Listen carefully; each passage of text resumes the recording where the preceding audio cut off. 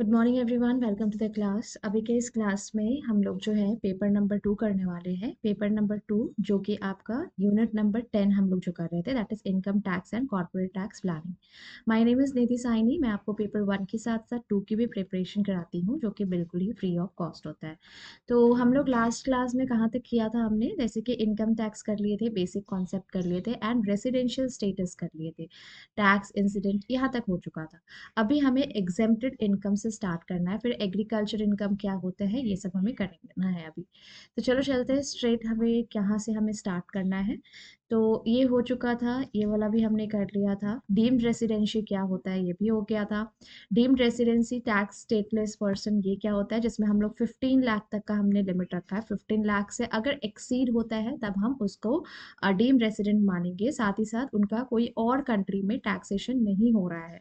ठीक है, ये आपका रेसिडेंशियल स्टेटस एचयूएफ कंपनी का हमें देखना था। कंट्रोल और मैनेजमेंट के अकॉर्डिंग से हम देखेंगे, अगर हो रहा है इंडिया का होली या पार्टली तब वो रेसिडेंट होगा। बट उसके साथ साथ हमें कर्ता का भी रेसिडेंशियल स्टेटस चेक करना है, जहां पे हम उसका एडिशनल कंडीशन चेक करेंगे। एडिशनल कंडीशन, ठीक है, अगर वो फुलफिल करता है तो वो रेसिडेंट ऑर्डिनरी रेसिडेंट हुआ, अगर वो नहीं फुलफिल करता है तो रेसिडेंट नॉट ऑर्डिनरी। और अगर कोई भी ऐसा पार्टली और होली कुछ भी मैनेजमेंट इंडिया से नहीं हो रहा है, no, not from India, then वो आपका नॉन रेसिडेंट कहलाएगा।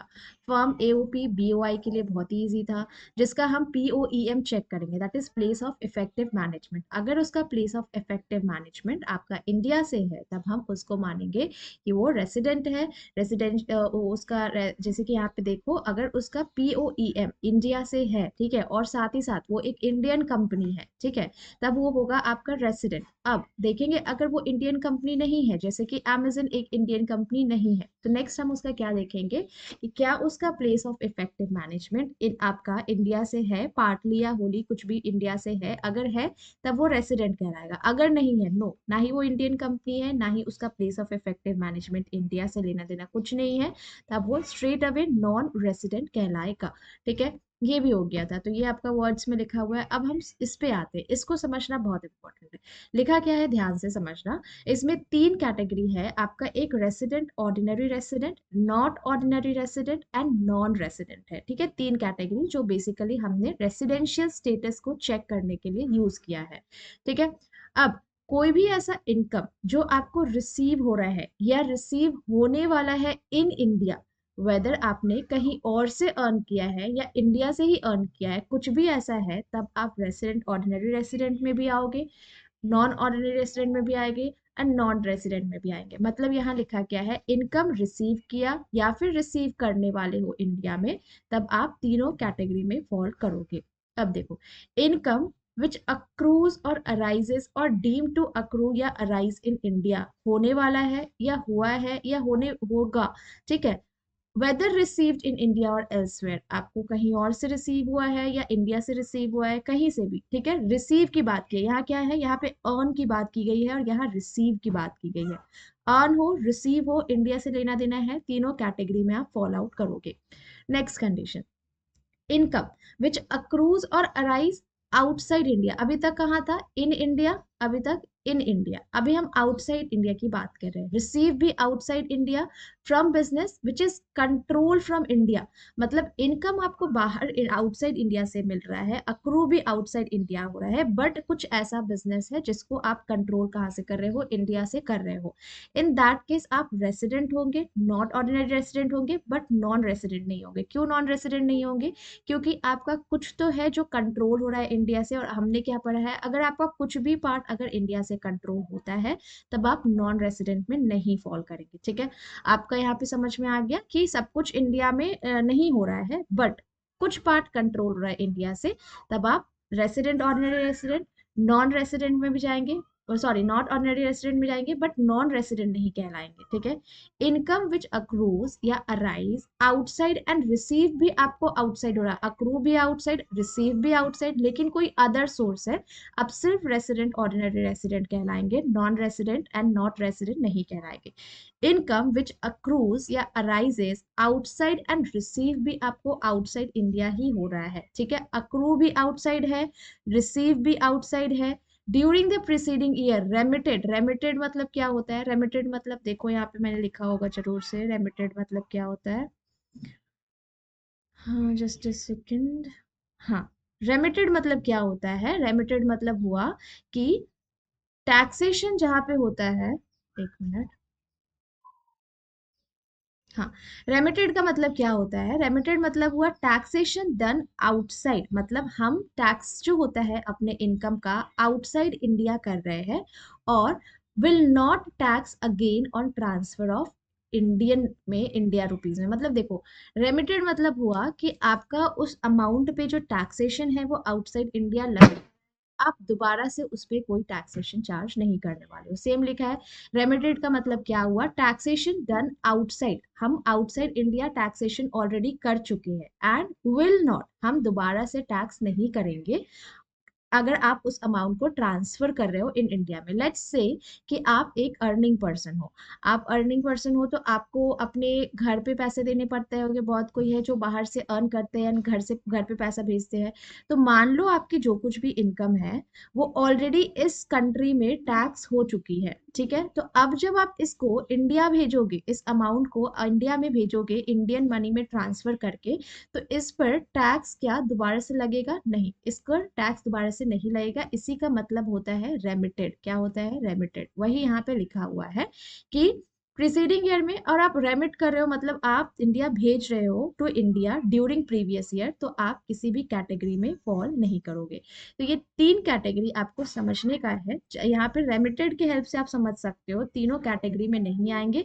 यहाँ पे आपका कंट्रोल हो रहा है इंडिया से, जिसकी वजह से हम नॉन रेसिडेंट नहीं कहलाएंगे, बाकी सब कहलाएंगे। और यहाँ अदर सोर्स है जिसमें आपका सिर्फ रेसिडेंट, ऑर्डिनरी रेसिडेंट है, बाकी सब में नो नो है। याद करना बहुत ईजी हो जाएगा, मैं फिर से बता दे रही हूँ कैसे आप याद कर सकते हो। कीवर्ड्स की हेल्प से याद करेंगे। देखो, जहां वर्ड एग्जाम में रेमिटेड लिखा आए, रेमिटेड, रेमिटेड मतलब तो समझ गए, जब हम मनी ट्रांसफर करते हैं आउटसाइड इंडिया से और ऑलरेडी हमारा अमाउंट पे टैक्सेशन लगा रखा है। तो रेमिटेड में नो, नो, नो। रेमिटेड में no, no, no. Resident, ordinary resident हो, नॉन ऑर्डिनरी रेसिडेंट हो या नॉन रेसिडेंट हो, तीनों में नो हो गया, ठीक है? रेमिटेड। अब एक और कीवर्ड क्या था आपका? ये हो रहा है control from India, control from India. तो कंट्रोल फ्रॉम इंडिया वर्ड अगर आ जाए तो ये वाला होगा, ठीक है? एंड हमें याद रखना है this one will also go, but non resident नहीं होगा। देखो, यहाँ पे लिखा था आपको, हम मैंने बताया control from India, resident, ordinary resident, non resident and not resident, ठीक है? अब हो गया, एक बच गया बस हमारा अदर सोर्स। अगर आपका इनकम कोई अदर सोर्स से है और receive outside India from any other source, तब उस केस में हम क्या करेंगे? एनी अदर सोर्स के लिए, अदर सोर्स के लिए हमें याद रखना होगा कि अगर क्वेश्चन में लिखा हुआ आ रहा है कीवर्ड कि हम कोई अदर सोर्स से कमा रहे हैं, देन इन दैट केस यहाँ पे आप देख सकते हो, यहाँ पे रेसिडेंट, ऑर्डिनरी रेसिडेंट है सिर्फ, बाकी सब में नो एंड नो। तो ये तीनों कंडीशन बस आपका थोड़ा अलग है, बाकी सब में यस यस यस ही है, ठीक है? तो इसको हम याद कर लेंगे। अब ये क्या है, ये वाला देख लो। अब इनकम डीम टू अक्रू और अराइज आउटसाइड इंडिया, ठीक है? इनकम डीम टू अक्रू या अराइज आउटसाइड इंडिया सेक्शन 9(1) के अकॉर्डिंग क्या है? हम कौन कौन सा इनकम को लाइक आउटसाइड इंडिया कंसिडर कर सकते हैं, और अक्रू हो रहा है या अराइज हो रहा है आउटसाइड इंडिया? ऐसा कोई इनकम जो अक्रू या अराइज हो रहा है आउटसाइड इंडिया, डायरेक्टली या इनडायरेक्टली फ्रॉम कोई बिजनेस से। आपका कोई एक बिजनेस है, ठीक है, जो आप कहीं और करके रखे हो, बट आपका वो कनेक्शन इंडिया से है क्योंकि आप कंट्रोल इंडिया से कर रहे हो। ऐसा कोई प्रॉपर्टी एसेट जो आपका लाइक इंडिया का इंडिया के लिए इनकम है, ट्रांसफर कर रहे हो कैपिटल एसेट जो सिचुएटेड है इन इंडिया, ठीक है? कहाँ है? सिचुएटेड इन इंडिया, ठीक है? सैलरी आप अर्न कर रहे हो कोई एक ऐसा सर्विस से जो आप इंडिया में प्रोवाइड कर रहे हो, सैलरी आप पे कर रहे हो गवर्नमेंट ऑफ इंडिया को, सिटीजन को, for service rendered outside India. Dividend pay कर रही है इंडियन कंपनी, कोई ऐसा कंपनी आउटसाइड इंडिया। इंटरेस्ट पे कर रही है, ठीक है? रॉयल्टी पे कर रही है, फी या टेक्निकल सर्विसेज पे कर रही है। तो एक नॉन रेसिडेंट, एक गवर्नमेंट हुआ, एंड एक पर्सन रेसिडेंट इन इंडिया हुआ।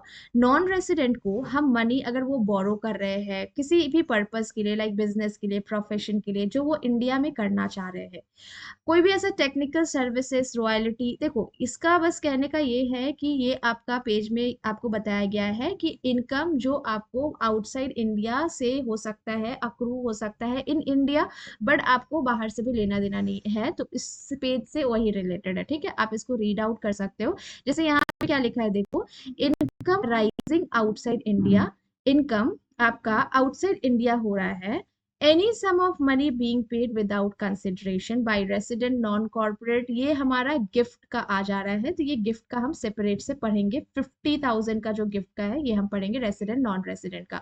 अगर कोई मनी बोरो करता है टेक्निकल सर्विस के लिए, रॉयल्टी सर्विस के लिए, और उसको बिजनेस या प्रोफेशन में यूटिलाइज करता है कैरिड आउट आउटसाइड इंडिया, तो this is a exception, exception case होगा ये, ठीक है। If money borrowed and use technical service के लिए, रॉयल्टी सर्विसेज के लिए, and income from any other source of India, तो ये आप रीड आउट कर सकते हैं, ठीक है। अब हम आगे आ जाते हैं, देखो यहाँ पे क्या लिखा है, एग्जेप्शन, एग्जेम्पशन मतलब क्या होता है, एग्जेम्पशन हो गया, डिडक्शन हो गया, ऐसे कुछ टैक्स का कीवर्ड है जिसको हमें समझना होता है, ठीक है। तो मैंने यहाँ पे एग्जेम्पशन वर्ड का भी मीनिंग अटैच किया है, let me search for it.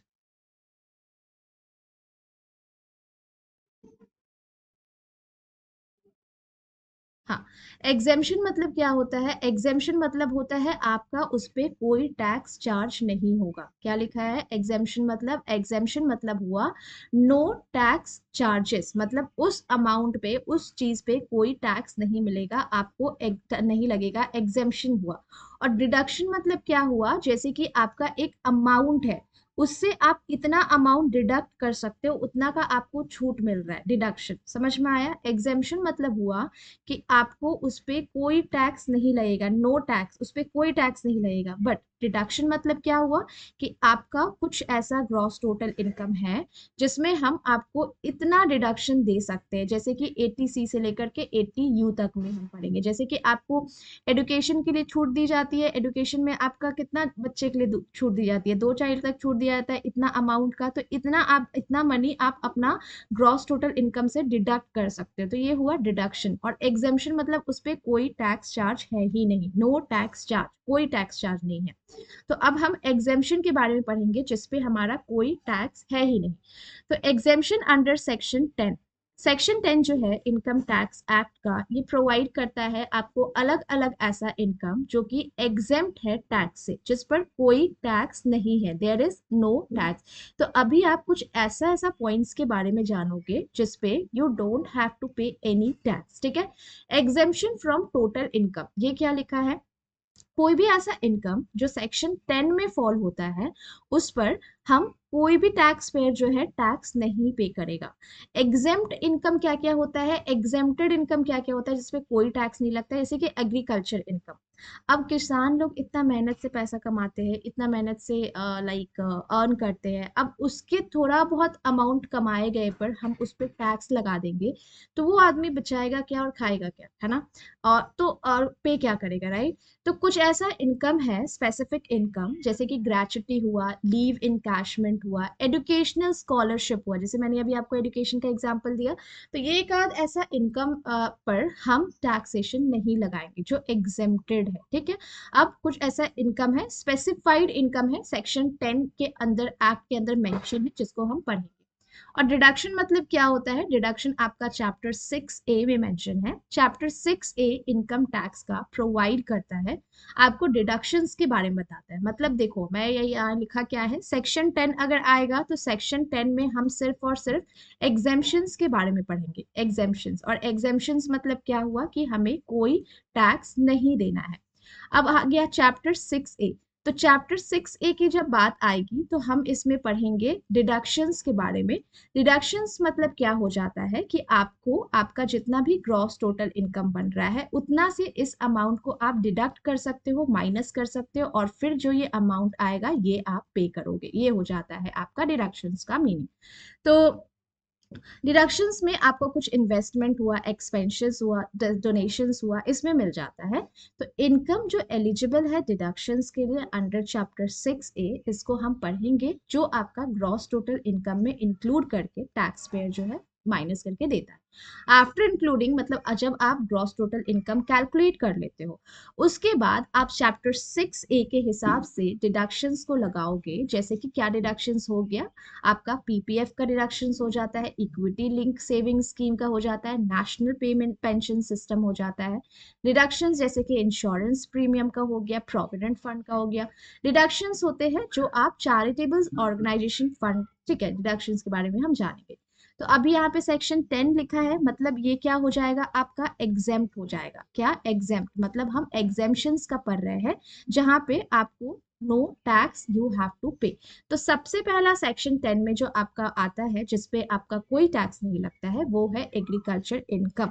Agriculture income, अगर आपका इनकम प्योरली एग्रीकल्चर इनकम तो वो सेक्शन 10(1) के अंदर आएगा और उस पर कोई टैक्स नहीं लगेगा।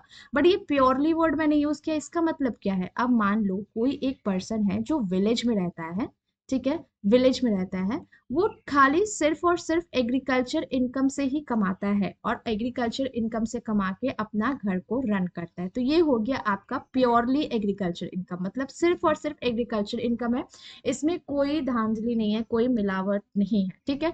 बट वही एक पर्सन है जो आपका आपका कोई सिटी में भी रहता है और साथ ही साथ विलेज में भी कभी कभी जाता है और वहां से भी अपना एग्रीकल्चर का इनकम यहाँ से भी ले रहा है और सिटी से अपना जो भी बिजनेस है वो भी रन कर रहा है। तो इसका जो ये टोटल इनकम होता है ना, हम लोग इन टैक्स कैसे कैलकुलेट करते हैं, सारा जहां हमारा इनकम है सारा ही इनकम को हम ऐड करेंगे। आपने देखा था जो हमने पढ़ा था कि हम सैलरी को 5 हेड में डिवाइड करते हैं, पीजीबीपी हो गया, सैलरी हो गया, आपका इनकम को मतलब।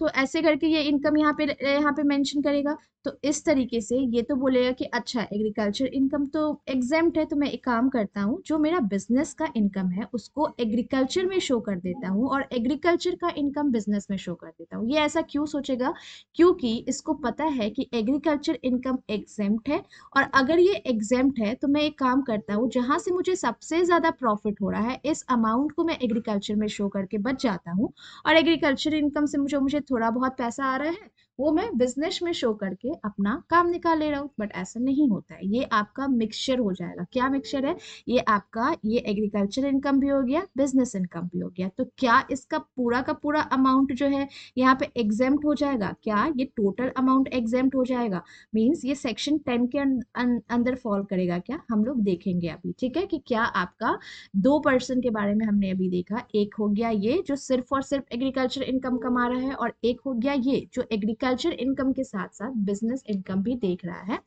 तो अभी हम देखेंगे कि क्या हम सिर्फ इसका अमाउंट लेंगे या फिर हम इसका अमाउंट लेंगे। तो यहाँ पे जैसे कि मेंशन है ना कि सेक्शन 10(1) के अंदर हम सिर्फ और सिर्फ एग्रीकल्चर इनकम को ही लेते हैं, मतलब हम सिर्फ और सिर्फ एग्रीकल्चर को ही लेंगे। मतलब ये हुआ कि agriculture income has to be aggregated with non-agriculture income, determining the non-agriculture income would subject to in case of HUF, AOP, BOI। मतलब अगर आपका कुछ एक्स्ट्रा एक्टिविटीज है जो नॉन एग्रीकल्चर इनकम से है तो आपको उसको एड अप करना है, ठीक है। क्या प्रोसीजर है आपको बताएंगे, अभी देख लेना यहाँ पे। बट ये लाइन आपको याद रखना है, HUF, AOP, BOI ये सबका एग्रीकल्चर इनकम अगर एक्सीड करता है 5,000 से, साथ ही साथ नॉन एग्रीकल्चर इनकम एक्सीड करता है बेसिक एग्जेम्पशन लिमिट से, तब हमें ये स्टेप्स फॉलो करने को है। सबसे पहले अब मान लो इसका तो हो गया फ्री एग्जेम्प्ट, हमें पता चल गया कि इसका तो एग्जेम्प्ट है।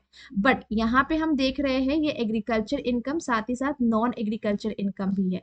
तो अब इसके इनकम को टैक्स को कैलकुलेट करने के लिए कि हम क्या स्टेप्स को फॉलो करेंगे वो देखो। सबसे पहला स्टेप, आप उनका नॉन एग्रीकल्चर इनकम को प्लस करोगे एग्रीकल्चर इनकम से, ठीक है। यहाँ पे हम आ जाते हैं, यहाँ पे देखो लिखा हुआ है क्या है, एग्रीकल्चर इनकम 10(1) के अकॉर्डिंग एग्रीकल्चर इनकम एग्जेम्प्ट है, जो मैंने अभी आपको बोला कि आपका एग्रीकल्चर इनकम एग्जेम्प्ट है।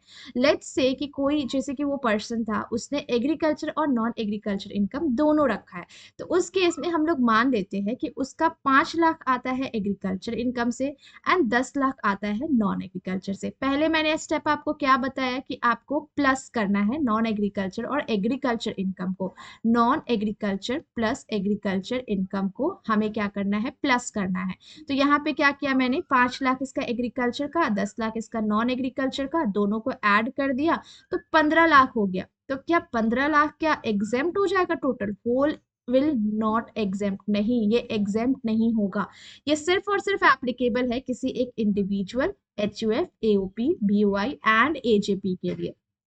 If only agriculture income of any amount will be exempt from taxation, मतलब अगर सिर्फ और सिर्फ जैसे इसके जैसा सिर्फ और सिर्फ हमारा एग्रीकल्चर इनकम रहता तब ये एग्जेम्प्ट होता है, बट यहाँ पे एग्रीकल्चर और नॉन एग्रीकल्चर दोनों होने की वजह से हम इसको एग्जेम्प्ट नहीं करेंगे। नॉट एग्जेम्प्ट, नॉट एग्जेम्प्टेड, हम इसको एग्जेम्प्ट नहीं करेंगे। सबसे पहले हमने कैलकुलेट कर लिया आपका एग्रीकल्चर एंड नॉन एग्रीकल्चर। अब हम देखेंगे कि agriculture income plus basic exemption limit. अब यहाँ पे आ जाओ, जैसे कि मान लो कि एग्रीकल्चर इनकम क्या था इसका 5 लाख था, ठीक है। अब हम ये क्या यहाँ पे हमने अलग अमाउंट ले लिया, जैसे कि मान लो एग्रीकल्चर इनकम इसका 3 लाख है और नॉन एग्रीकल्चर इनकम 8 लाख है। तो हम क्या करेंगे, इस पे अलग अलग यू कैन सी हमने टैक्स कैलकुलेट किया है। We will do this calculation only, हम कब ये कैलकुलेशन करेंगे, जब हमारा एग्रीकल्चर इनकम एक्सीड करेगा 5,000 से। मतलब ये कहने का है कि अगर आपका एग्रीकल्चर इनकम 5,000 का है, ठीक है, यहाँ पे भी 5,000 का है, ठीक है चलेगा, बट अगर आपका इनकम एक्सीड करता है 5,000 से, तब हमको ये कैलकुलेशन करना पड़ेगा टैक्स को कैलकुलेट करने के लिए। ये कैलकुलेशन हमें कब करना पड़ेगा, ये कैलकुलेशन हम तब करेंगे जब मेरा 5,000 पर एनम से हमारा अमाउंट जो है एक्सीड कर रहा है। देखो स्ट्रेट अवे मैंने सिंपल लाइन में लिखा है सो दैट आपको कोई झंझट ना हो। एंड ये सब बात जो है ये सब ही आपको एनटीए पूछता है। We will do this calculation, हम ये कैलकुलेशन कब करेंगे, ओनली ओनली इफ हमारा एग्रीकल्चर इनकम एक्सीड करता है 5,000 से। नॉन एग्रीकल्चर इनकम को हम बेसिक एग्जेम्पशन लिमिट से ही कैलकुलेट करेंगे। जैसे कि मान लो यहाँ पे मेरा नॉन एग्रीकल्चर इनकम 8 लाख है, एग्रीकल्चर इनकम 3 लाख है, मेरा बेसिक एग्जेम्पशन लिमिट कितना है, पुराना आपका ये से 2.5 लाख है, न्यू आपका स्लैब रेट से कितना है 3 लाख है आपका एग्जेम्पशन लिमिट, ठीक है। तो नॉन एग्रीकल्चर प्लस एग्रीकल्चर किया हमने 8 lakh plus 3 lakh, total income कितना हुआ 11 लाख हुआ। देखो स्टेप बाय स्टेप मैं समझा रही हूँ। Non agriculture income plus agriculture income, यहाँ पे भी मैंने वही किया, non agriculture income plus agriculture income, non agriculture 8 lakh, agriculture 3 lakh, add किया 11 लाख। अब यहाँ क्या लिखा है कि आपको क्या करना है, एग्रीकल्चर इनकम को प्लस करना है बेसिक एग्जेम्पशन लिमिट से। तो यहाँ पे मैंने क्या किया, एग्रीकल्चर इनकम देखो 3 लाख है, एग्रीकल्चर इनकम यहाँ पे मैंने 3 लाख लिखा, बेसिक एग्जेम्पशन लिमिट कितना था 2.5 लाख, हम लोग कितना लेंगे 3 लेंगे, क्योंकि न्यू स्लैब कितना है 3 है, तो यहाँ पे ओल्ड स्लैब के हिसाब से 2.5 लाख लिखा है। तो बेसिक एग्जेम्पशन लिमिट से इसको ऐड किया, जो भी अमाउंट है यहाँ पे आप देख लो, ये हो गया मेरा step 1 and step 2, this is step 1 and this is step 2। अब हम नेक्स्ट स्टेप में आते हैं, tax payable by SC. Tax कितना अब हम पे करेंगे, स्टेप 1 को माइनस कर दो स्टेप 2 से। अब हम क्या करेंगे, यहाँ पे जो अमाउंट है दैट इज 11 लाख और यहाँ पे जो अमाउंट आएगा इस दोनों को थर्ड स्टेप में माइनस कर देंगे, स्टेप 1 माइनस स्टेप 2। उसके बाद का स्टेप क्या है आपका, उसके बाद का है कि अब आप ऐड करोगे उसमें सरचार्ज, डिडक्ट करोगे अगर रिबेट अलाउड है तब कुछ मिलता है तो 87A के अकॉर्डिंग। उसके बाद health and education cess at the rate of 4%। तो यहाँ पे हमने ऐड किया सरचार्ज और प्लस HEC, फिर जो आपका अमाउंट होगा ये टैक्सेबल अमाउंट आपको पे करना होगा, ठीक है। सिंपल था ये स्टेप, बहुत ही इजी था, मैं फिर से बता रही हूँ। सबसे पहले आपको क्या करना है, एग्रीकल्चर प्लस नॉन एग्रीकल्चर को ऐड करना है, ये हो गया आपका फर्स्ट स्टेप। सेकेंड स्टेप हो गया कि आपका जो सिर्फ एग्रीकल्चर इनकम है उसको ऐड करेंगे बेसिक एग्जेम्पशन लिमिट से, ऐड किया, यहाँ पे आपका अमाउंट आ गया। नेक्स्ट स्टेप क्या होगा, स्टेप वन को माइनस करो स्टेप 2 से, ठीक है। उसके बाद इसमें हम ऐड करेंगे सरचार्ज या फिर रिबेट अगर अप्लाइड, अगर आपको मिलने का है तब। उसके बाद HEC health and education cess at the rate of 4%, same यहाँ लिखा है, आपका ऐड करो सरचार्ज एंड रिबेट अगर अप्लाइड है तो। उसके बाद हेल्थ एंड एजुकेशन सेस 4% पे, हेल्थ एंड एजुकेशन सेस 4% पे, जो यहाँ पे आंसर आएगा वो आपका हो जाएगा टैक्सेबल। और ये हम कब करेंगे कैलकुलेशन, ये कैलकुलेशन हम तब करेंगे जब मेरा एग्रीकल्चर इनकम एक्सीड करता है 5,000 से और जब हमारा नॉन एग्रीकल्चर इनकम भी है। और वो भी एक्सीड कर रहा है बेसिक एग्जेम्पशन लिमिट से। जैसे कि यहाँ पे नॉन एग्रीकल्चर इनकम 8 लाख था और हमारा बेसिक एग्जेम्पशन लिमिट 2.5 लाख है, तो यहाँ पे ये एक्सीड कर रहा है, इस वजह से हमने ये कैलकुलेशन किया है। यहाँ पे स्ट्रेट अवे लिखा है नॉन एग्रीकल्चर इनकम 8 लाख है, एग्रीकल्चर इनकम 3 लाख और बेसिक एग्जेम्पशन लिमिट हमने 2.5 लिखा है। आपको कितना लेने का है? 3 लाख लेने का है। तो ये हो गया कैलकुलेशन। जैसे कि यहाँ पे देखो 8 लाख पर हम, यहाँ पे देखो 8 लाख पर हम टैक्स कैलकुलेट करेंगे, तो 8 लाख पर हमने टैक्स कैलकुलेट किया है। यहाँ पे 8 लाख से फर्स्ट ऑफ ऑल 2.5 को मैंने माइनस किया, तो यहाँ पे आया 5 लाख 50 और फिर यहाँ से फिर मैंने 2.5 पे 5% निकाला तो 2,50,000 आया। फिर 3 लाख से 8 लाख 20%, फिर ये हमारा अमाउंट आया जो टैक्सेबल होगा, ऐड करेंगे HEC में। ठीक है, तो बेसिक एग्जेम्पशन लिमिट ये आपका यहाँ पे भी दिया हुआ है सेम तरीके से। तो ये हो गया हमारा एग्रीकल्चर का कॉन्सेप्ट जो बहुत ही इंपॉर्टेंट है आपको समझना। फिर से यहाँ बता दे रही हूँ, एग्रीकल्चर इनकम जो है सेक्शन 10(1) के अंदर आता है, जिसमें हम एग्रीकल्चर इनकम अगर एग्जेम्प्ट है तभी जब आपका सिर्फ एग्रीकल्चर इनकम है, लेकिन जब आपका एग्रीकल्चर के साथ साथ नॉन एग्रीकल्चर इनकम भी है तब वो एग्जेम्प्ट नहीं होगा। जैसे कि 5 लाख आपका agriculture and 10 lakh non agriculture, इसमें एग्जेम्प्टेड नहीं होगा क्योंकि ऑल टुगेदर ये 15 लाख बना रहा है और 15 lakh is a big amount और 15 लाख पर आपको कोई टैक्स ना पे करना पड़े ऐसा नहीं होता है। ठीक है, तो ये एप्लीकेबल है सभी individual, HUF, AOP, POI and AJPP। मतलब ये सेक्शन 10(1) किसके ऊपर अप्लाइड है? आपका कोई भी इंडिविजुअल जो आपका एग्रीकल्चर या नॉन एग्रीकल्चर में है वो HUF, AOP, BOI and AJP। अगर आपका सिर्फ एग्रीकल्चर इनकम है, सिर्फ आप एग्रीकल्चर से ही कमा रहे हो, तब आपका अमाउंट विल बी एग्जेप्ट, कोई टैक्सेशन नहीं होगा। लेकिन एग्रीकल्चर इनकम के साथ साथ नॉन एग्रीकल्चर भी कर रहे हो, जैसे agriculture 3 lakh, non agriculture 8 lakh, तो इस केस में आपका टैक्सेशन का कैलकुलेशन बनेगा। टैक्सेशन का कैलकुलेशन बनेगा एंड कैलकुलेशन के हिसाब से हम देखेंगे कि आपको कितना पे करना है। हम ये कैलकुलेशन तभी करेंगे जब हमारा एग्रीकल्चर इनकम एक्सीड करेगा 5,000 पर एनम। अगर हमारा लाइक एग्रीकल्चर इनकम एक्सीड नहीं कर रहा है 5 लाख पर 5,000 पर एनम, तब हम इसको नहीं करेंगे। नॉन एग्रीकल्चर इनकम एक्सीड करता है बेसिक एग्जेम्पशन लिमिट से, तब करेंगे। ठीक है, तो ये हो जाता है आपका कैलकुलेशन जो मैंने इजी वर्ड में यहाँ पे दिया हुआ है, बट यहाँ पे भी step by step same words लिखे हुए। अब ये टेबल जो है सेक्शन 10(1) के बारे में बताता है, जहाँ पे हम एग्रीकल्चर इनकम को डिटेल में देख सकते हैं, क्या कंडीशन है एग्रीकल्चर इनकम पे जिसको हमें फॉलो करना है, एग्रीगेट करना है नॉन एग्रीकल्चर इनकम के बाद के साथ, उसके बाद आप टैक्स कैलकुलेशन कर सकते हो। तो एग्रीकल्चर इनकम अब कौन कौन सा होता है? एग्रीकल्चर इनकम आपका अलग अलग मीन से हो सकता है, जैसे कि आप रेंट दे रखे हो, आपको वहां रेवेन्यू आ रहा है लैंड से, कोई एक लैंड है, लैंड को आपने ऐसे खुला छोड़ा हुआ है, ठीक है, आपने किसी और को इस पे खेती करने को दे दिया है, ठीक है, अब इसके लिए तो ये एग्रीकल्चर हुआ, बट आपके लिए तो इसका रेंट मिल रहा है, तो ये आपके लिए जो रेवेन्यू हुआ, इसको क्या हम एग्रीकल्चर इनकम में ट्रीट करेंगे या नहीं करेंगे? समझ रहे हो? जैसे कि मान लो दिस लैंड इज योर्स, ये आपका है, ठीक है, ये आपका है, आपने क्या किया, आपका कोई काम का नहीं है, आपको एक किसान मिला, इसने बोला कि मुझे ये लैंड दे दो, मुझे एग्रीकल्चर करना है, खेती करनी है, तो आपने बोला ठीक है मैं दे दूंगा, but I will charge rent for this rent, ठीक है, तो इसके लिए तो ये एग्रीकल्चर इनकम हो गया, लेकिन आपके लिए जो ये रेंट है इसको हम एग्रीकल्चर इनकम ट्रीट करेंगे या नहीं करेंगे वो देख लो। इनकम, जो कुछ भी इनकम आपको हो रहा है फ्रॉम लैंड, ऐसा लैंड से जो सिचुएटेड है इंडिया में एंड यूज हो रहा है एग्रीकल्चर पर्पस के लिए, बट आपको उससे रेंट या रेवेन्यू मिल रहा है, ठीक है, तो ये आपका एग्रीकल्चर इनकम में आएगा। Income derive from land bye agriculture activity, income हो रहा है आपको डायरेक्टली एग्रीकल्चर एक्टिविटी से, जैसे कि cultivation of crop, life stock या फार्मिंग से, तो वो आपका एग्रीकल्चर एक्टिविटी में आएगा। अब जैसे कि देखो, income earned through process typically employed in cultivator और landlord to prepare agricultural produce for market, this include cleaning, sorting and packaging, ये भी होगा। सेल ऑफ प्रोड्यूस, जैसे कि आप देखो इनकम आपको हो रहा है एग्रीकल्चर प्रोड्यूस रेस को सेल करके, इंक्लूड सेल ऑफ कल्टीवेटर या landlord without process significant market readiness, ठीक है। Agriculture income from farm building, storage कर रहे हो, processing, housing, equipment related to agriculture activity से जो कनेक्टेड है, तो ये सारे एग्रीकल्चर इनकम है जो आपको अलग अलग तरीके से आपको हो सकता है एंड जिसको आप एग्रीकल्चर इनकम में इंक्लूड कर सकते हो। सेक्शन 10(1) का इनकम टैक्स के अकॉर्डिंग कुछ एग्जाम्पल है जिसको हम एग्रीकल्चर इनकम में कंसिडर करते हैं और साथ ही साथ वो एग्जेम्प्ट है टैक्सेशन पे, मतलब उस पे कोई टैक्स नहीं है।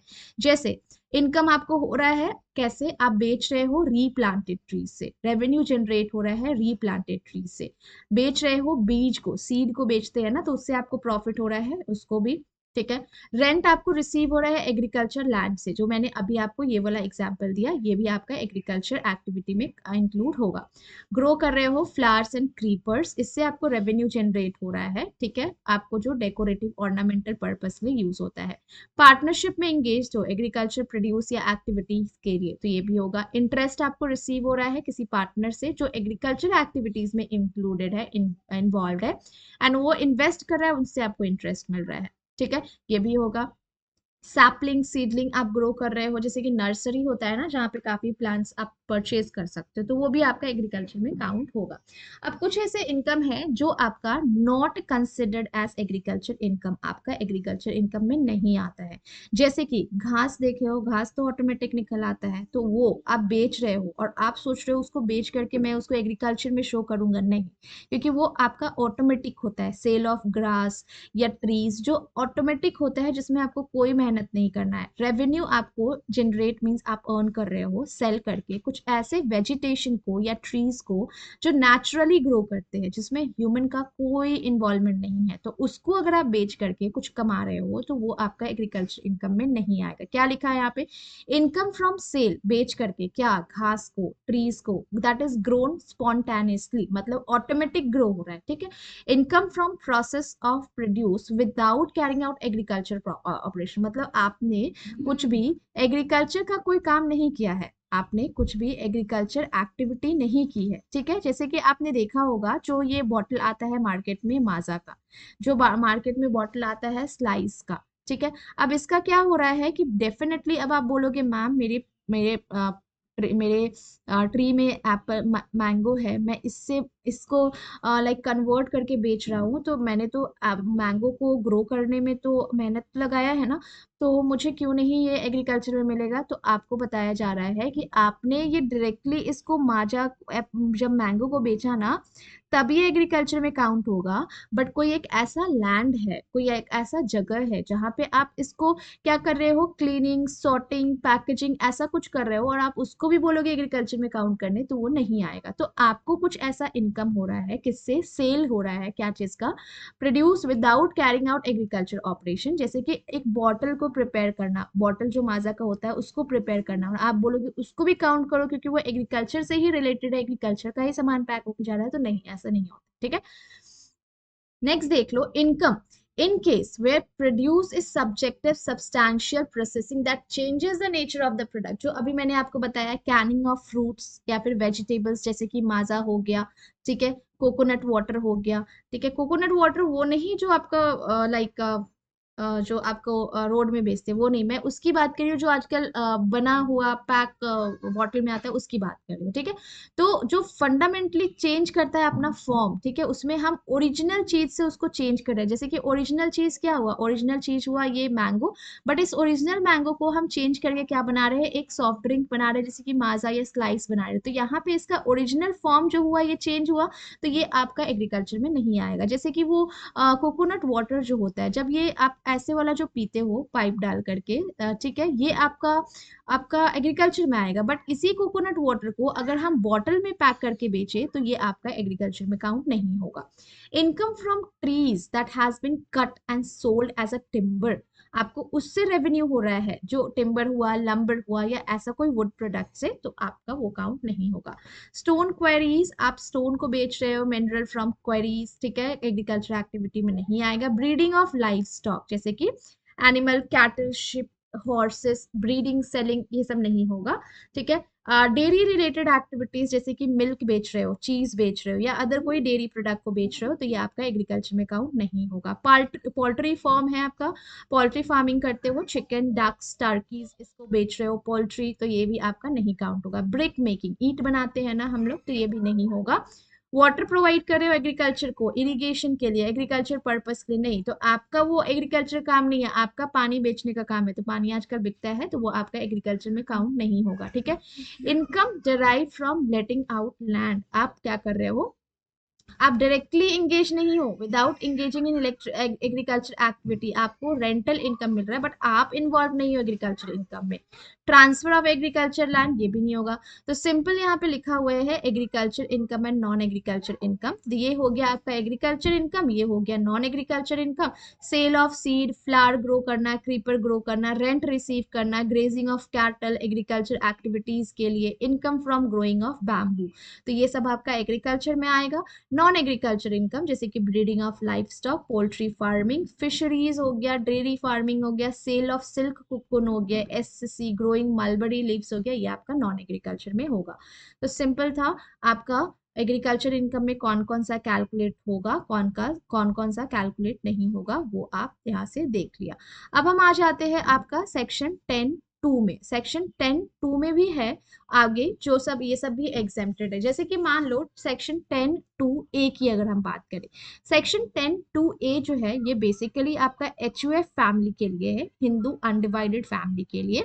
अब जैसे कि मान लो हिंदू अनडिवाइडेड फैमिली में क्या हो रहा है कि कर्ता ने ऑलरेडी सारा टैक्सेशन कैलकुलेट करके ऑलरेडी पे कर दिया है, तो क्या अब इनके जो मेंबर्स है उनके ऊपर हम अलग से टैक्सेशन चार्ज करेंगे? नहीं, इसके ऊपर there will be no tax, तब ये क्या हो जाएगा, एग्जेम्प्ट हो जाएगा, क्योंकि ऑलरेडी कर्ता ने और सब कुछ पे कर रखा है, और ये एक HUF फैमिली है, तो ऑलरेडी एक ने जब पे रख कर रखा है तो हम उस पर दोबारा से टैक्सेशन नहीं लगाएंगे, तो ये आपका सेक्शन 10(2) में फॉल होता है। जहां पे इनकम, कुछ ऐसा इनकम जो मेंबर अर्न कर रहा है HUF फैमिली का, HUF शेयर से ही, तो वो एग्जेम्प्ट हो जाएगा क्योंकि ऑलरेडी उस पर टैक्सेशन लग चुके हैं। तो सेक्शन 10(2) HUF के लिए है, जो कि taxable in hand of members, that is also exempt, that is exempt. तो टैक्सेशन जो hands of member, that is exempt, ठीक है। सेक्शन 10(2)(a, सेक्शन 10(2)(a जो है ये आपका LLP के लिए, that is limited liability partnership, limited liability partnership, ठीक है। उनका भी अगर कोई पार्टनर है, उनको अगर कुछ ऐसा शेयर मिल रहा है, उनका टोटल इनकम फ्रॉम कोई फर्म या फिर limited liability partnership, that is also exempt. Section 10(4)(a जहाँ पे नॉन रेसिडेंट एक्सटर्नल की बात करेंगे, NRE अकाउंट की बात करेंगे, बाई इंडिविजुअल या resident outside India is exempt from tax, ठीक है, outside India is exempt from tax. 10(6) that is remuneration आपको रिसीव हो रहा है, आप नॉन सिटीजन इंडिविजुअल हो बट आप service in foreign diplomatic trade representation, that is also exempt from tax subject for condition, ठीक है। 10(6)(d that is income arising for non corporate या नॉन रेसिडेंट, ठीक है, फॉरेन कंपनीज के लिए उनको रॉयल्टी फीस या ऐसा कुछ मिल रहा है, NTRO that is national technical research organisation is exempt. आपको याद रखना है, research, national technical research organisation, national technical research organisation वो भी एग्जेम्प्ट है सेक्शन 10(d) के अंदर। 10(10)(bb ये इंपॉर्टेंट है, 10(10)(bb दैट इज आपका भोपाल गैस विक्टिम, ये भी एग्जेम्प्ट है, ठीक है। अब हम इतना यहाँ नोट से देख लेते हैं। सेक्शन 10(2), सेक्शन 10(2) HUF के लिए है, कोई भी ऐसा amount share that is taxable in hand of members, that is also exempt, ठीक है। Section 10(2)(a that is for LLP, partner share in LLP, क्योंकि firm is already paying taxes, तो क्या जरूरत है फिर पार्टनर को टैक्स देने का, हम डबल टैक्सेशन नहीं लगाएंगे। सेक्शन 10(4) ये आपका नॉन रेसिडेंट एक्सटर्नल अकाउंट के लिए होता है। Section 10(10)(b that is for payment to Bhopal gas victim. Section 10(10)(bb payment to Bhopal gas victim के लिए है ये, ठीक है। अब हम यहाँ पे वापस आ जाते हैं। 10(10)(b)(c ये आपका है बेसिकली कॉम्पनसेशन जो सेंट्रल गवर्नमेंट से रिसीव होता है, किसी भी लाइक लीगल डिजास्टर हुआ, डिजास्टर है या फिर कुछ भी ऐसा डैमेज हुआ, तो ये सब आपका 10(10)(b)(c के अंदर आ जाएगा। तो हम 10(10)(b)(c के लिए क्या कीवर्ड याद रखेंगे, डिजास्टर, ठीक है, लॉस या डैमेज, ठीक है। तो कॉम्पनसेशन रिसीव फ्रॉम गवर्नमेंट, हमें कॉम्पनसेशन मिल रहा है गवर्नमेंट से, सेंट्रल गवर्नमेंट से, स्टेट गवर्नमेंट से या लोकल अथॉरिटी से किसी भी इंडिविजुअल को या फिर उनके लीगल हायर को, क्यों मिल रहा है? क्योंकि कोई डिजास्टर हुआ था या कोई लॉस या डैमेज हुआ था जिसको कंट्रोल नहीं किया जा सकता, तो वो भी एग्जेम्प्ट है। Section 10(11) that is for Sukanya Samriddhi account. तो जो ये ब्लू में है ना, इसको तो याद करना कंपलसरी एकदम, ठीक है, बिना कुछ पूछे आप याद कर लेना। 10(11) जो है that is Sukanya Samriddhi account, ये भी आपका एग्जेम्प्ट है। 10(16) की अगर बात करें तो ये आपका स्कॉलरशिप के लिए, स्कॉलरशिप जो कि आपका कॉस्ट ऑफ एजुकेशन को मेट करने के लिए होता है, तो बेसिकली हम स्कॉलरशिप से इसको याद रखेंगे। 10(17) that is for Lok Sabha, that is for member of parliament के लिए है, ठीक है, डेली अलाउंस उनको जो रिसीव होता है मेंबर ऑफ पार्लियामेंट को, that is also exam. 10(17)A that is for scientific, literally या आर्टिस्टिक वर्क के लिए है, ठीक है। 10(18) जो है ये आपका महावीर चक्र, वीर चक्र, परमवीर चक्र, ऐसे करके आप इसको याद कर सकते हो। किसी भी इंडिविजुअल को ये सारा अवार्ड दिया गया है सेंट्रल गवर्नमेंट या स्टेट गवर्नमेंट की तरफ से, और उनको जो पेंशन मिल रहा है तो वो that is also gallantry award as notified by central government, तो that is also exempt from tax. 10(26) जो है ये आपका एसटी हो गया, शेड्यूल्ड ट्राइब हो गया, उनका एसटी उनका लिए है ये, तो स्पेसिफाइड एरिया में आपका दैट इज एग्जेम्प्ट। 10(26)AA इसको मैं अलग से बताऊंगी, पहले बाकी सब यहाँ से देख लेते हैं। तो 10(11)A that is payment to Sukanya Samriddhi account. 10(16) किसके लिए था? That is for scholarship. 10(17) किसके लिए था? That is for member of parliament. 10(26)AA that is for Sikkim person actually, तो इसको हम लोग अभी देखते हैं। 10(26)AA ये आपका सिक्किम के लिए अप्लाइड होता है। डिविडेंड इनकम या फिर interest on security they all are exempt in hand of Sikkimese individual. मतलब यहाँ पे क्या लिखा है?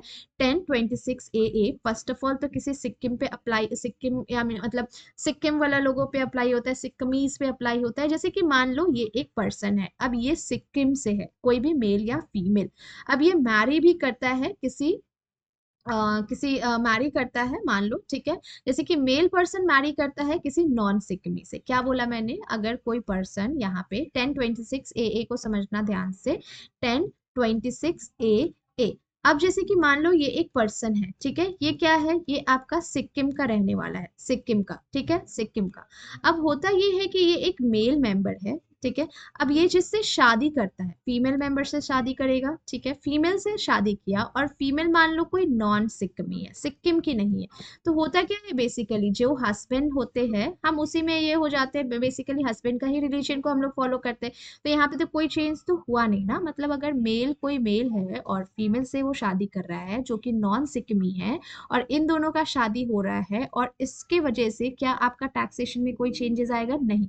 प्रॉब्लम तो तब आता है जब कोई फीमेल लेडी है और वो सिक्किम की है, और वो जो शादी कर रही है वो किसी नॉन सिक्किमी से कर रही है, नॉन सिक्किमी से कर रही है। मतलब यहाँ पे इस सिनारियो में अगर हम समझे तो इस मेल मेंबर के लिए there is no problem, male member के लिए there is no problem. Problem किसके लिए होता है? फीमेल मेंबर के लिए होता है, जब वो किसी नॉन सिक्किमी से शादी कर रही है और वो सिक्किम ना कर रही है, ठीक है। जैसे कि यहाँ पे देखो लिखा हुआ है, एक पर्सन है जो सिक्किम का है, हम सिर्फ मेल की बात कर रहे हैं, अगर मेल मैरी करता है नॉन सिक्किमी से तो कोई चेंज नहीं आएगा, ठीक है, कोई चेंज नहीं आएगा। लेकिन लेकिन मान लो वही मेल मेंबर मैरी करता है नॉन सिक्किमी से, तो क्या एग्जेम्पशंस मिलेंगे उसको? 2008 में ये अप्लाई हुआ था, यहाँ देख लो। अब जैसे कि 2008 से पहले सैलरी कोई टैक्स नहीं, डिविडेंड कोई टैक्स नहीं, इंटरेस्ट ऑन सिक्योरिटीज कोई टैक्स नहीं, बिजनेस कोई टैक्स नहीं। लेकिन हुआ ये कि जब फीमेल, यहाँ पे गलती हो गया मुझे लग रहा है, फीमेल लेडी मैरी कर रही है किसी नॉन सिक्किमी से, तब क्या हो रहा है? डिविडेंड ठीक है कोई टैक्स नहीं, इंटरेस्ट ऑन सिक्योरिटी कोई टैक्स नहीं, बट सैलरी पे टैक्स लगेगा, बिजनेस पे टैक्स लगेगा, ठीक है। ये दोनों चीज ये आपको समझना होगा। अब जैसे यहाँ पे क्या लिखा है देखो, कि income from any source in state of Sikkim, आप सिक्किम में रह रहे हो और आपको इनकम मिल रहा है कोई भी सोर्स से, डिविडेंड इनकम हुआ, इंटरेस्ट ऑन सिक्योरिटी हुआ, ये सब एग्जेम्प्ट है अगर आप सिक्किमी हो।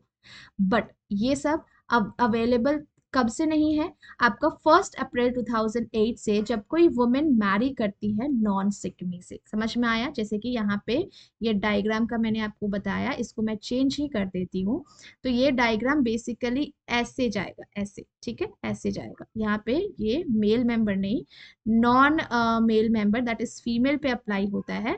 अगर वो किसी भी इरेज क्यों नहीं हो रहा है, अगर वो किसी भी नॉन सिक्किमी से शादी करती है, ठीक है, आफ्टर 2008 ये आया है, तो उनको क्या क्या मिलेगा, क्या क्या नहीं मिलेगा। जैसे कि यहाँ पे आप देख सकते हो, dividend exempted, interest on security exempted, salary taxable, business taxable. तो ये आपका 2008 से हुआ है, जब कोई फीमेल मेंबर आपका आउटसाइड सिक्किम से किसी से शादी करती है, वही लिखा है। However these exemption is not available to Sikkimese women who marries a non-Sikkimese। अगर कोई सिक्किमी वुमेन नॉन सिक्किमी मेन से शादी करती है आफ्टर 1 अप्रैल 2008, तो ये सारा एग्जेम्पशंस उनके लिए एप्लीकेबल नहीं होता। सिंपल था, 1026 ए, 1026 ए को शॉर्ट में मैं बताती हूँ। कोई एक सिक्किमी मेल है, शादी करता है नॉन सिक्किमी फीमेल से, चलेगा, कोई दिक्कत नहीं है, आपको सारे एग्जेम्पशंस अलाउड है, सारे एग्जेम्पशंस अलाउड है। बट हुआ ये है इसमें चेंजेस कि 1 अप्रैल 2008 से, किससे? 1 अप्रैल 2008 से ये चेंजेस लाए गए हैं कि अगर कोई फीमेल है, फीमेल वो सिक्किमी है, वो शादी करती है किसी नॉन सिक्किमी मेल से, तब उनको ये एग्जेम्पशंस जो है नॉट अलाउड होंगे। ये exemptions, this is not allowed, ठीक है, exemptions is not allowed. Simple.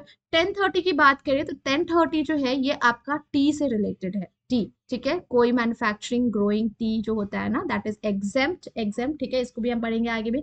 1031 जो हुआ ये आपका कॉफी, स्पाइस या other board of that is exempt rubber, coffee, cardamom and other specified commodities in India. 10AA that is SEZ के लिए special economic zone, जो हमने यूनिट नंबर 1 में पढ़ा है, आपका बिजनेस वाला जो चैप्टर था, उसमें पढ़ा है, स्पेशल इकोनॉमिक जोन के से रिलेटेड है, टैक्स हॉलिडे, ठीक है। अब 1026AA के बारे में यहाँ डिटेल में दिया हुआ है, बट इससे पहले हम यहाँ पे अपना बाकी सारा देख लेते हैं। ओपन क्यों नहीं हो रहा है? हाँ, तो यहाँ पे आ जाते हैं। तो 10AA में क्या है? 10AA basically special economic zone के लिए, स्पेशल इकोनॉमिक जोन के लिए, इसको समझना। 10A, ठीक है, special economic zone, profit unit of special economic zone. आप एक्सपोर्ट टर्नओवर से ये रिलेटेड है, ऑफ यूनिट SEZ। चल क्यों नहीं रहा है? एक मिनट रुक जाओ, ये थोड़ा वर्क नहीं कर रहा, तब तक मैं ये बता दे रही हूँ। 1026AA इनकम टैक्स एक्ट, ये एग्जेम्पशंस है, सिर्फ और सिर्फ सिक्किम स्टेट पे अप्लाई होता है। Sikkimese and non Sikkimi individual के बारे में यहाँ पे एक्सप्लेनेशन है। सिक्किमी इंडिविजुअल, कोई भी ऐसा इनकम आप अर्न कर रहे हो किस स्टेट से? सिक्किम से। जैसे कि डिविडेंड इनकम हुआ, इंटरेस्ट ऑन सिक्योरिटी हुआ, ये सब एग्जेम्प्ट है टैक्सेशन से। ये एग्जेम्पशन अप्लाई होता है सारे सोर्स ऑफ इनकम पे जो कि आपका सिक्किम में ही आप अर्न कर रहे हो। ज्योग्राफिकल बाउंड्री कितना तक है? सिक्किम तक का ही है। But to qualify this exemption, individual वहां पे रेसिडेंट होना चाहिए सिक्किम का। हाउएवर लिखा ये है कि अगर कोई वुमेन मैरी करती है नॉन सिक्किम से आफ्टर 1 अप्रैल 2008, तो उनको ये एग्जेम्पशंस नहीं मिलता है उनके इनकम पे। जैसे कि नॉन सिक्किमी इंडिविजुअल ये सारे एग्जेम्पशन के लिए एलिजिबल नहीं है।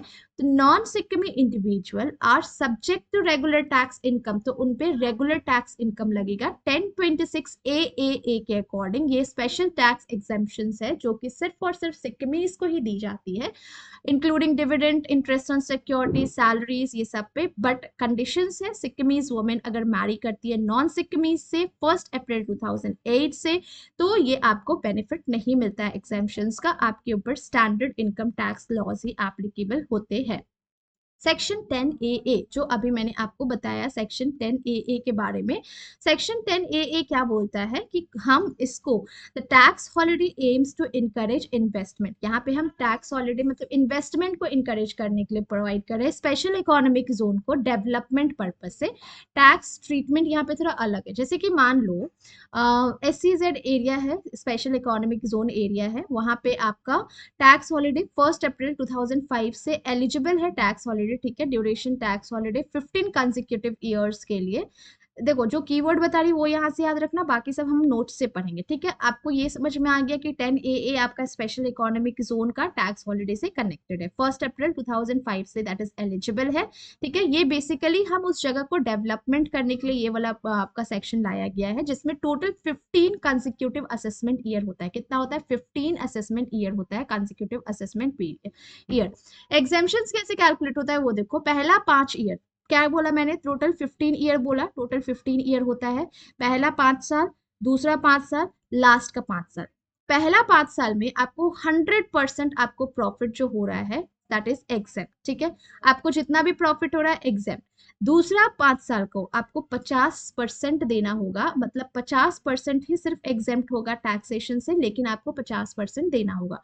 और नेक्स्ट साल से फिर 50 साल देना होगा, क्योंकि 50% जो है वो आपका स्पेशल इकोनॉमिक जोन री इन्वेस्टमेंट में ट्रांसफर होगा। जैसे कि ये आपका फॉर्मूला है, exemption of each year calculated that exemptions amount, export कितना हुआ है, total turnover into total profit. इसके बेसिस पे याद बस इतना रखना है आपको, पहला 5 साल 100% एग्जेम्प्ट, दूसरा 5 साल आपका 50% एग्जेम्प्ट, तीसरा 5 साल आपका 50% that is special economic zone री इन्वेस्टमेंट रिजर्व अकाउंट में जाना चाहिए। तो एक्सपोर्ट टर्नओवर मतलब ये होता है वैल्यू ऑफ गुड्स और सर्विस जो हम एक्सपोर्ट कर रहे हैं स्पेशल इकोनॉमिक जोन में, हम उसकी बात कर रहे हैं।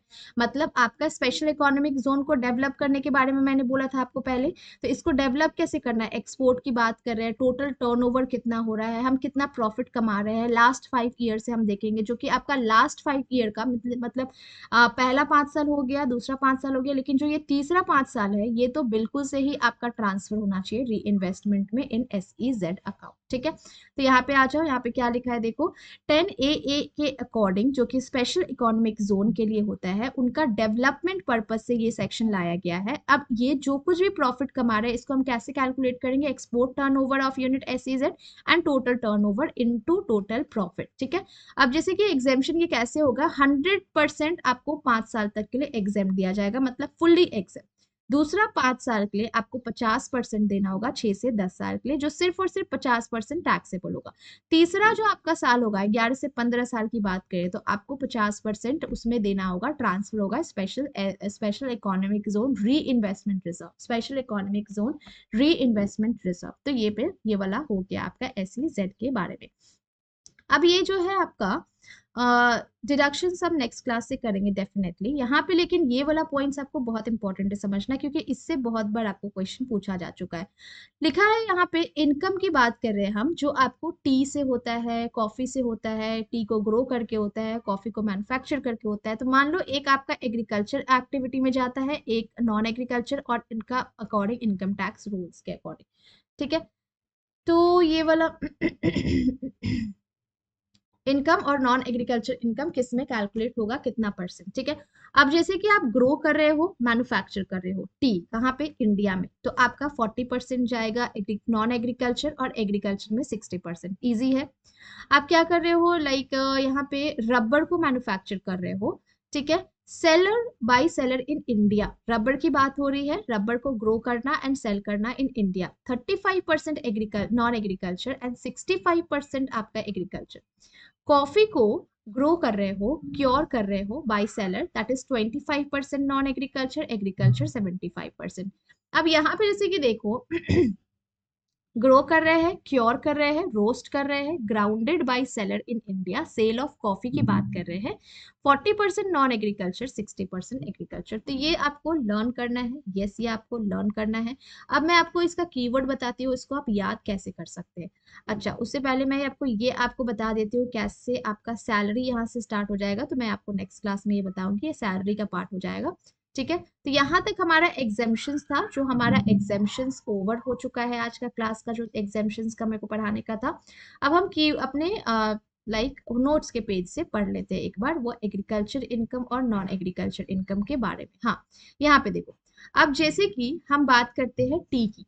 टी टी को कहाँ ग्रो किया? इंडिया में ग्रो किया। मैन्युफैक्चर कहाँ किया? इंडिया में किया।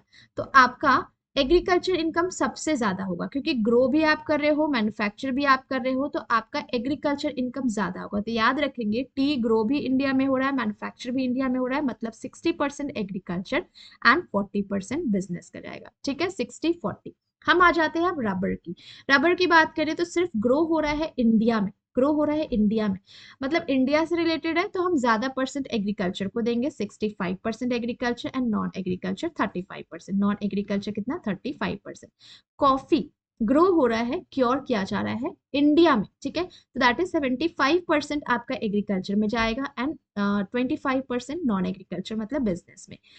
ग्रो, क्योर, रोस्टेड कॉफी की बात की जा रही है, ठीक है। अब कॉफी में ही एक ये कंडीशन पहला है और ये दूसरा कंडीशन है। कॉफी को जब हम ग्रो एंड क्योर करेंगे, सिर्फ ग्रो एंड क्योर करेंगे, तब हम 75% देंगे सिर्फ बिजनेस को, क्योंकि ग्रो एंड क्योर की आ रही है। लेकिन जब हम रोस्ट भी करेंगे, ठीक है, रोस्ट तो आपका 60% हो जा रहा है यहाँ पे एंड दिस इज 40%। तो इसको हम लोग याद कर लेंगे।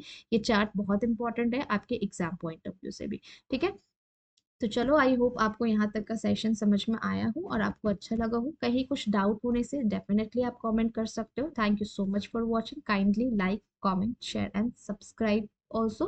कुछ डाउट होता है आप कमेंट कर सकते हो, डेफिनेटली आपकी हेल्प की जाएगी। Okay, thank you so much.